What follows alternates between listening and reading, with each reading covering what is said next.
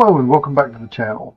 I have recently done a bit of a rethink on my stacking process. There's some new plugins that have come out. There's some enhancements on some existing software. I think that what I've got now is a much better process, produces much cleaner, ready to edit stacked images. And I'm going to run through it right quick. I'm using a set of images from March of this year, Follies Island, and I'm using a stack of 18. Ordinarily, I'd only use a stack of maybe 9 to 11, but these came from my time-lapse camera, Nikon D750 with a IREX Firefly 15 millimeter.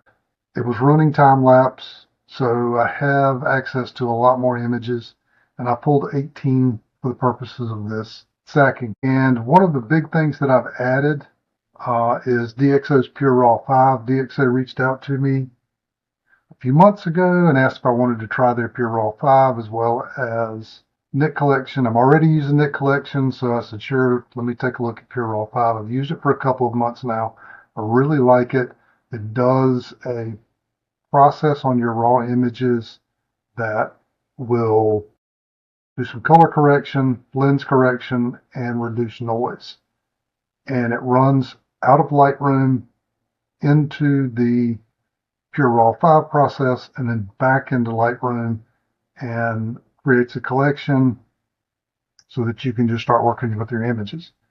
So I'm going to right click and I'm going to export. I'm going to send these images to Pure Raw 5. I'm not really going to go through the settings right now. I'm just going to run the process. And this is going to take about 5 minutes. We're using a considerable amount of processing power, so just bear with me here. And we're done. Like I said, we'll throw the images back into Lightroom and create a collection and puts them all in there so that you're ready to start working with them. First edit is always white balance. Whoa, way too far. So that's the only global edit I'm going to do. My local edits are what are going to do the bulk of it from now on, and I'm going to use the landscape masking feature for local edits.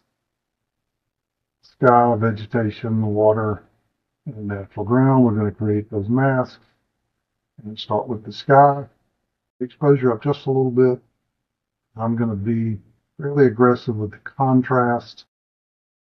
I'm going to draw those highlights down almost all the way. I'm going to darken the shadows down a bit.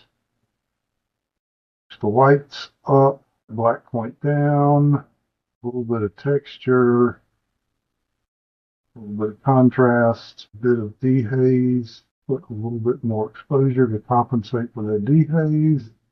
The next, vegetation, I'm going to put a little bit of contrast in, pull some highlights out, boost the shadows up. This area is here.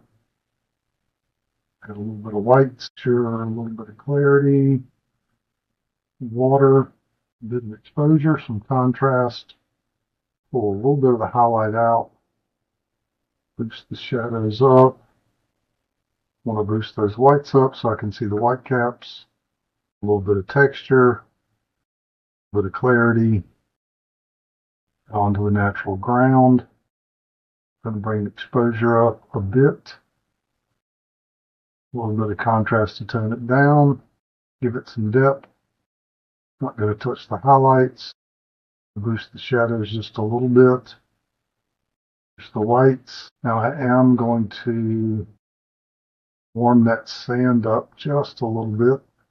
Texture, a little bit of clarity, and I like the way that looks. Now we're going to apply these edits to all of the images, including the masks. A minute, and we're done. Share it to all of the images. Now I'm going to export all of these out to my working drive. This is March 1st.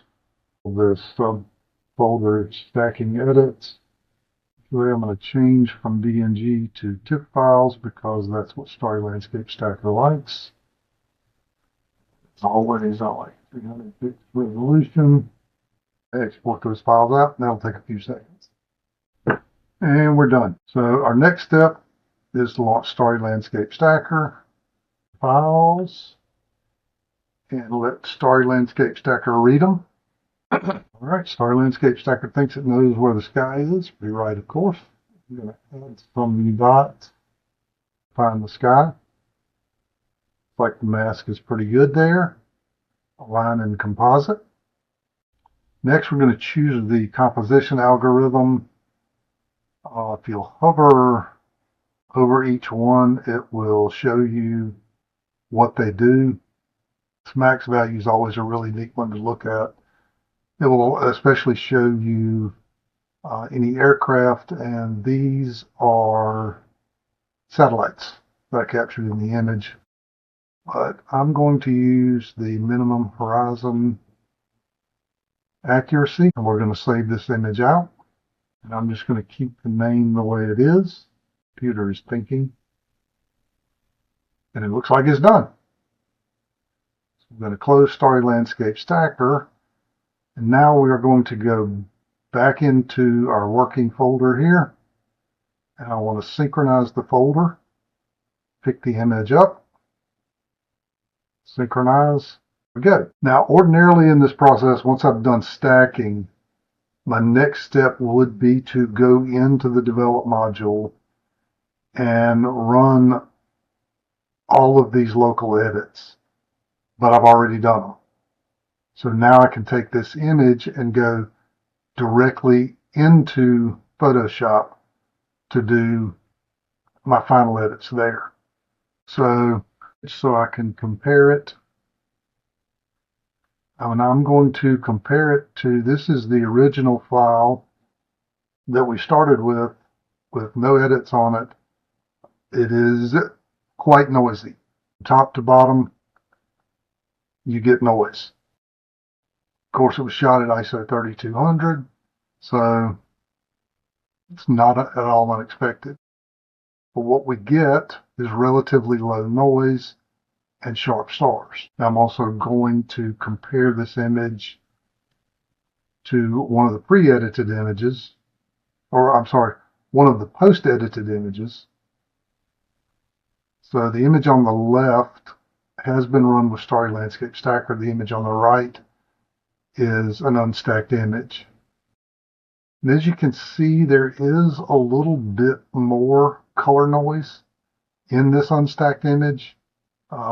Starry Landscape Stacker did a really good job of putting the finishing touches on it. So that's my new editing workflow. That's my new stacking workflow. I really hope you got something out of it. If you got any questions, please leave me a comment. Please like and subscribe. Helps me grow the channel. If there's anything that you would like to see me do in the future, let me know. I'll be happy to do it. That's it for now. As always, get out there, capture something magical.